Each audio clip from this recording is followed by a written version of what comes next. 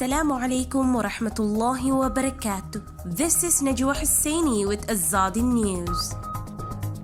UN aid chief says Burma deteriorating in Security Council meets. UN probe finds evidence of crimes against humanity by Burmese junta. United Nations aid chief Martin Griffiths warned on Monday that the humanitarian situation in Burma was deteriorating with more than 3 million people in need of life-saving aid due to a growing conflict and failing economy. The UN Security Council also met behind closed doors on Monday to discuss Burma. The meeting coincides with the first anniversary of the re-election of Aung San Suu Kyi's government, which was then ousted by the military in a February 1st coup. Those polls were deemed free and fair by domestic and international observers, UN spokesman Stéphane Dujarric said on Monday. The United Nations reiterates its call on the military to respect the will of the people and put the country back on track to democratic transition.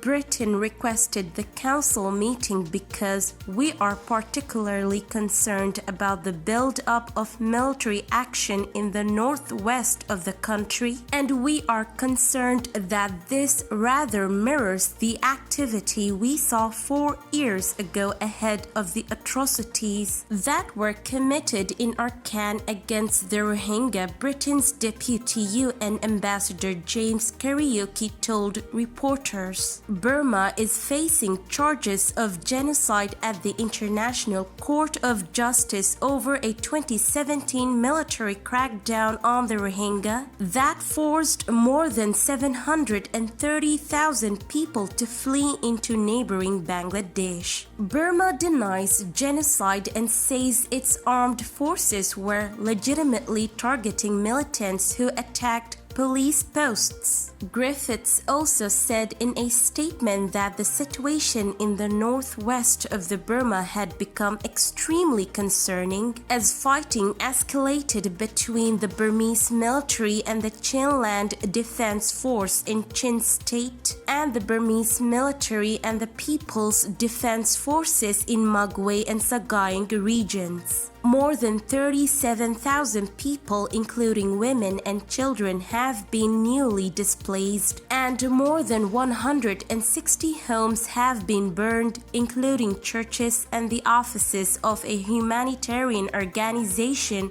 Griffiths said. He said attacks on civilians and civilian infrastructure, including humanitarian workers and facilities, are banned under international humanitarian law and must stop immediately.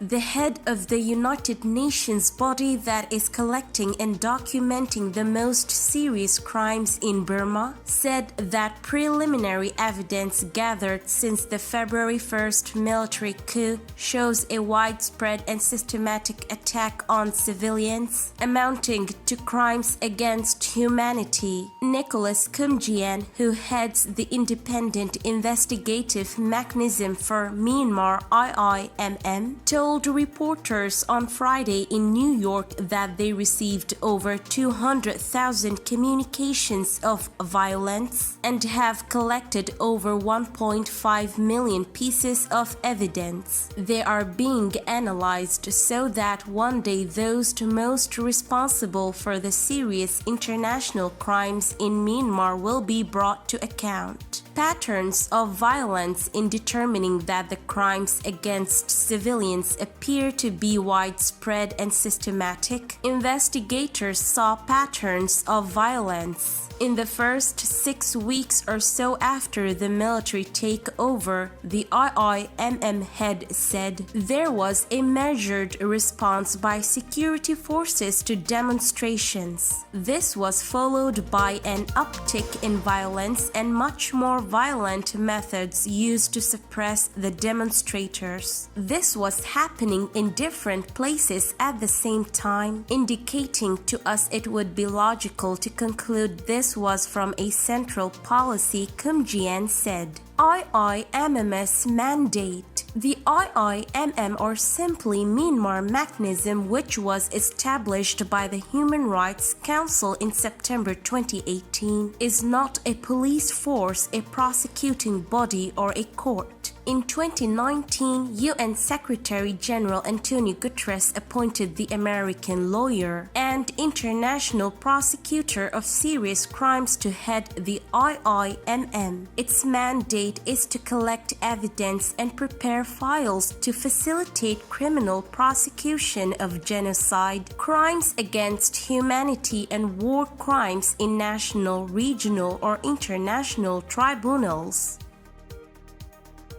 This is today's news. To get more updates about Rohingya, subscribe to our YouTube channel and hit the notification bell. Visit our website azaditvnews.com and follow our social media accounts. Wassalamu alaikum wa rahmatullahi wa barakatuh.